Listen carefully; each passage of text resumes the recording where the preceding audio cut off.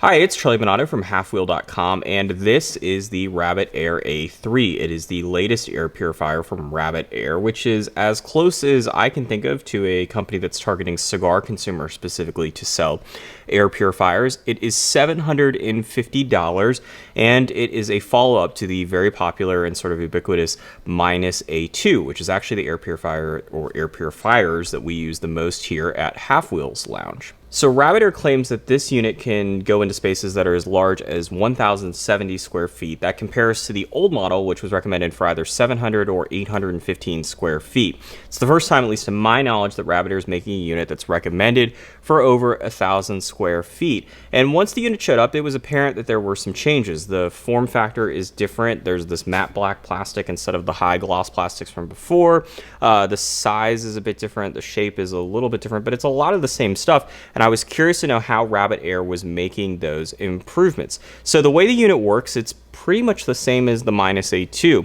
The air is going to go in, and it can either go in through this main slot here, which is new for the A3. The A2 did not have any sort of front slot, or on any of the sides. You can see here it's not flush against the unit, so these openings are intentional and they're functional, and that's because that's how the smoke gets in. So once the smoke goes in, it's got a series of filters to go through. Now I'm going to remove all the filters all at once, but you can see that's the filter bank right there, and behind it is a big fan. So the way that this works is when the unit's on, the fan will suck in air, it goes through the filters, goes through the fan unit, and then out through the exhaust on top. Now, specifically regarding those filters, this is where things got somewhat interesting for me because, well, it was clear the filters were larger, it wasn't clear if they are any different material. And Rabbit Air actually says they aren't. It's the same filter materials and design that they've used on the A2, but they are obviously noticeably larger and in some cases noticeably heavier. So the first filter is the only one that's not made to be replaced. Rather, this is the one that you're supposed to clean. And so if you buy a new set of filters, you won't get this filter. It's the large sort of particle filter. It's designed to get things like hair, dust mites, we've seen bugs. Basically any of the big stuff it wants to get here, and that's actually kind of helpful because this filter you just either can clean it with a vacuum or you can run it under water, and as opposed to having to pay to replace it or paying Rabbit Air to include it as part of the package, it'll catch the big stuff so it doesn't get caught into the more expensive and non-cleanable filters. The next one is called the medium filter. It attaches via Velcro, and it's designed to get some of that bigger stuff, but also some smaller stuff. Rabbit Air claims that this filters can actually start to get some bacteria or things that are small as bacteria. The next one is sort of where the difference between the Rabbit Air and a general consumer air purifier comes into play. So this is activated carbon or charcoal. And you can see that there is a honeycomb design here, and inside of each one of those honeycombs is some charcoal briquettes. And charcoal will absorb the odor that comes through. It probably absorbs more than just the odor. But as the smoke moves through, the charcoal will help to take the odor out of the smoke, which is, I think, probably a harder job than getting rid of the visible smoke itself. And so this is one of those things that's a big difference between the A2. It is noticeably heavier and the design is a little bit different.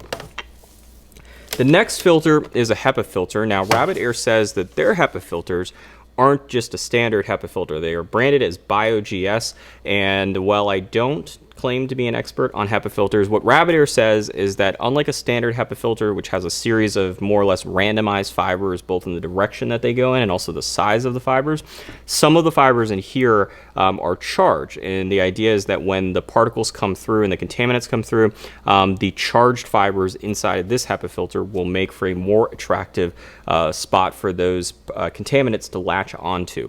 Now, unlike some air purifiers, this doesn't have current running through the filter. So it's not going to make that bug zapping sound that some air purifiers do, but it is different. The back of the filter is green for whatever reason, not entirely sure, or maybe more of a teal.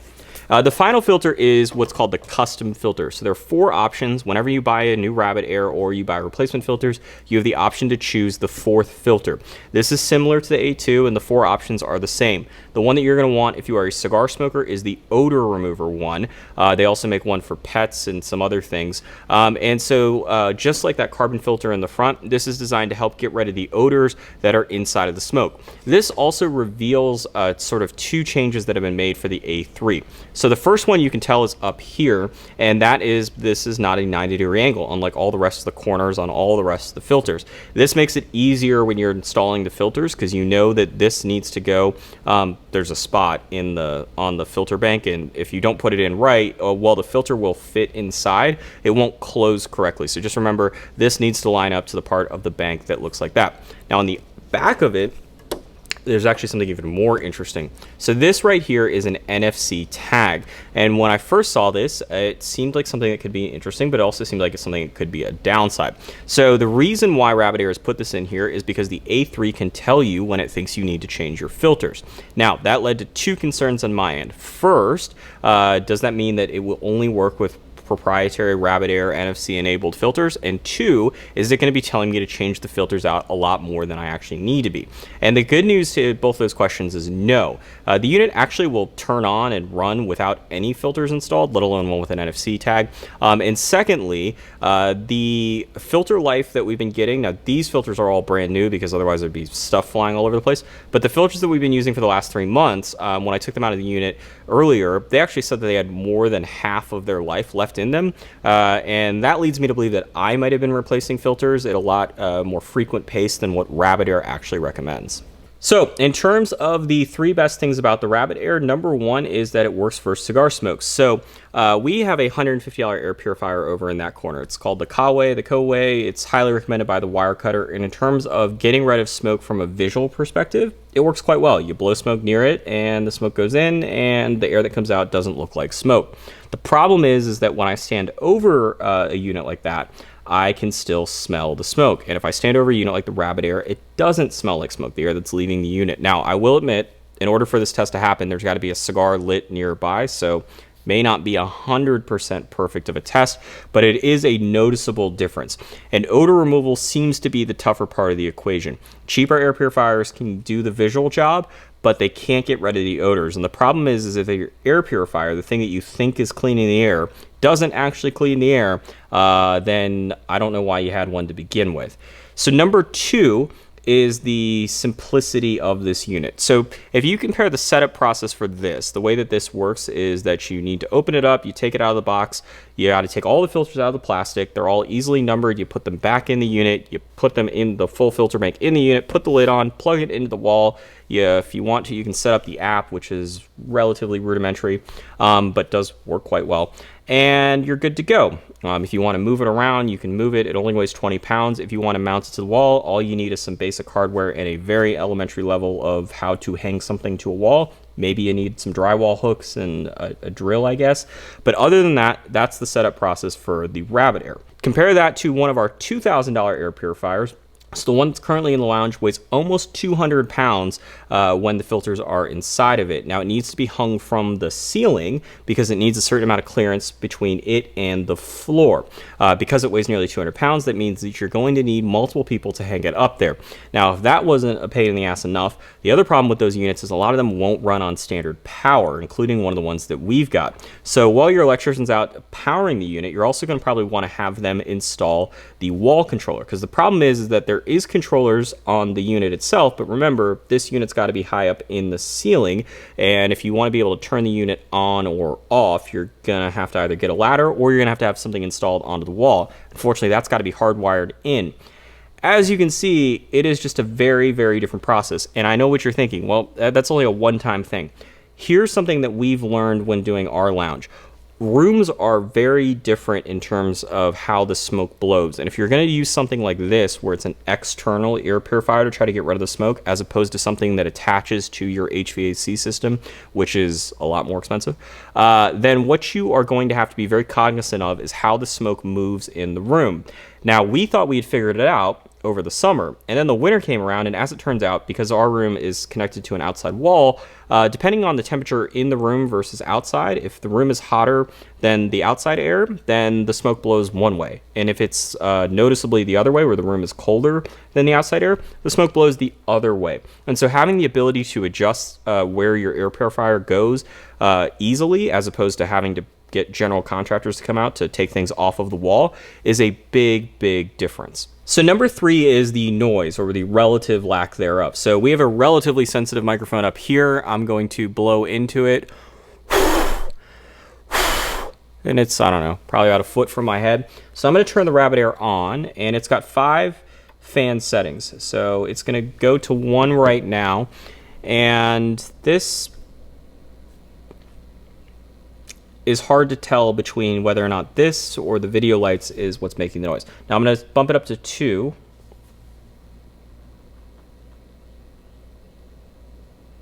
Seems like it's probably gotten fully to 2 here.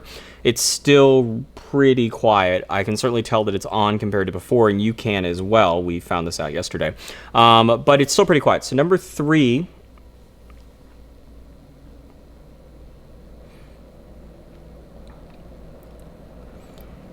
And so this tends to be when we leave the unit on auto, which is how we always have it set up. This tends to be where it hits when there's 1 or 2 people smoking a cigar about 8 to 10 feet away. It doesn't seem to ever want to get louder than this, or get higher than a 3 out of 5 on its fan speed. And this is barely noticeable. It's quieter than most fans or air circulators will be, like a household fan, even on their lowest setting. And here's 4 out of 5.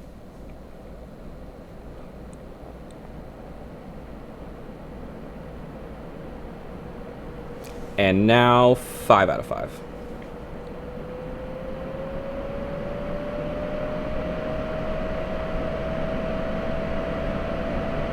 So at 5 out of 5, you can tell that the unit is shaking, and it is quite noticeable. I can't really say. Every once in a while, like if you just blow a ton of smoke in front of the unit, it will get to 5 out of 5.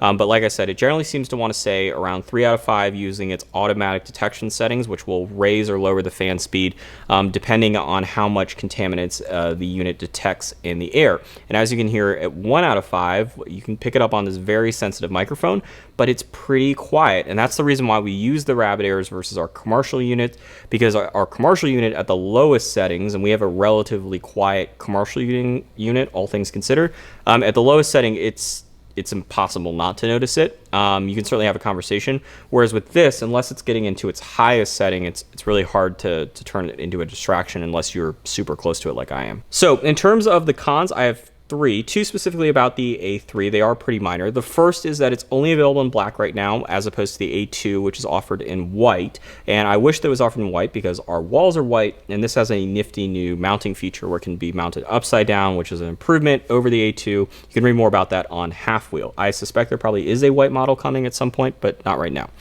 Secondly, the price point's getting a bit high for the people that are looking for just something to help avoid hotboxing a garage over the winter. If you're not concerned with odors and you're really just trying to get rid of the smoke because you literally just have too much smoke in your garage, this is probably a bit much. The good news is Rabbit Air still sells the A2, so you have an option there if you're wanting something more than the $150 general purpose consumer air purifier. The third is not specific to the A3. It's something that applies to all air purification that's designed for cigar smokers, which is that this is a lot more complex than just one special box, and that includes the A3. If you are hoping to smoke in your home or office and just install this and call it a day, and people won't be able to tell that you're smoking unless they see you smoking, and if you walk in the next day, it won't smell like cigars. This is part of the solution, a decent part of it, but it's a lot more complicated than that. And as someone that's been doing this for the last 2 years of trying to build out a cigar lounge that you can walk into the next day and have it not smell like cigars, it is kind of a pain in the ass. So some things to consider. First is that you need to make sure that all of the walls, the floors, the ceilings, anything that comes in contact with an interior wall or another room in your home or office, that's got to be sealed, because otherwise the smoke, and if not the smoke, the odors will seep through and will go elsewhere. Number 2 you're going to want to pay attention to is you need to make sure you understand how the smoke is going to move in the room. And so that includes basically, it's one thing if you only have one seat, but if you're like us and you've got multiple seating areas, actually at multiple elevations, smoke moves very, very differently depending on where you're sitting, and also depending on how hot it is outside if your room, like ours, is attached to an exterior wall. Third thing you're going to want to do is you're going to want to make sure that you've got fresh air coming into the room and not just air that's been purified. Once again, odors here are the real problem, and it does seem like having the ability to just blast some fresh air into the room makes a big difference. But even then, these devices are only going to be as good as the smoke that they come in contact with, and the odors become a real problem. So unless you've really thought this through, I really cannot warn you enough that, for one time this might be fine, but if you start to do it on a regular basis, you will find that the odors build up. And if they get on the floor, that's one thing. You can vacuum them up, mop them up, whatever. They get on the wall, it's a little bit more challenging, but you can get rid of them. They get on the ceiling, it's a complete pain in the ass. But the real issue is when they start to get into furniture or electronics and things like that, because once the odors are there, it is very challenging to get rid of them in a safe manner. And a device like this is, quite frankly, not going to do much of anything to deal with those types of odors. So in terms of whether or not I recommend the A3, the answer is yes. Now, if you're a current A2 owner, I don't think that spending another $750 per air purifier is a worthwhile use of your money, but it's your money and your mileage may vary there. But if you're in the market for an air purifier for cigar smoke, Rabbit Air was my long-standing recommendation, and the A3 is the best that it's got. I do think that it's a worthwhile $200 upgrade compared to the A2. I will say, though, that I think if you were comparing the A2 and, let's say, 1 or 2 household fans to help blow the smoke towards the A2 versus the A3, I think that that combination is probably going to be better in almost every instance, because these units are only as good as the smoke that they can come in contact with. That being said, there are some very noticeable improvements that were made with the A3, and I think it's a worthwhile upgrade because at the end of the day, more power is probably always going to be better in a situation like this. So to learn more about cigar accessories, including lighters, cutters, humidors, humidification products, ashtrays, and maybe some other weird stuff, you can check out halfwheel.com. You also will find their reviews of cigars as well as the most comprehensive coverage of the cigar industry from a news perspective.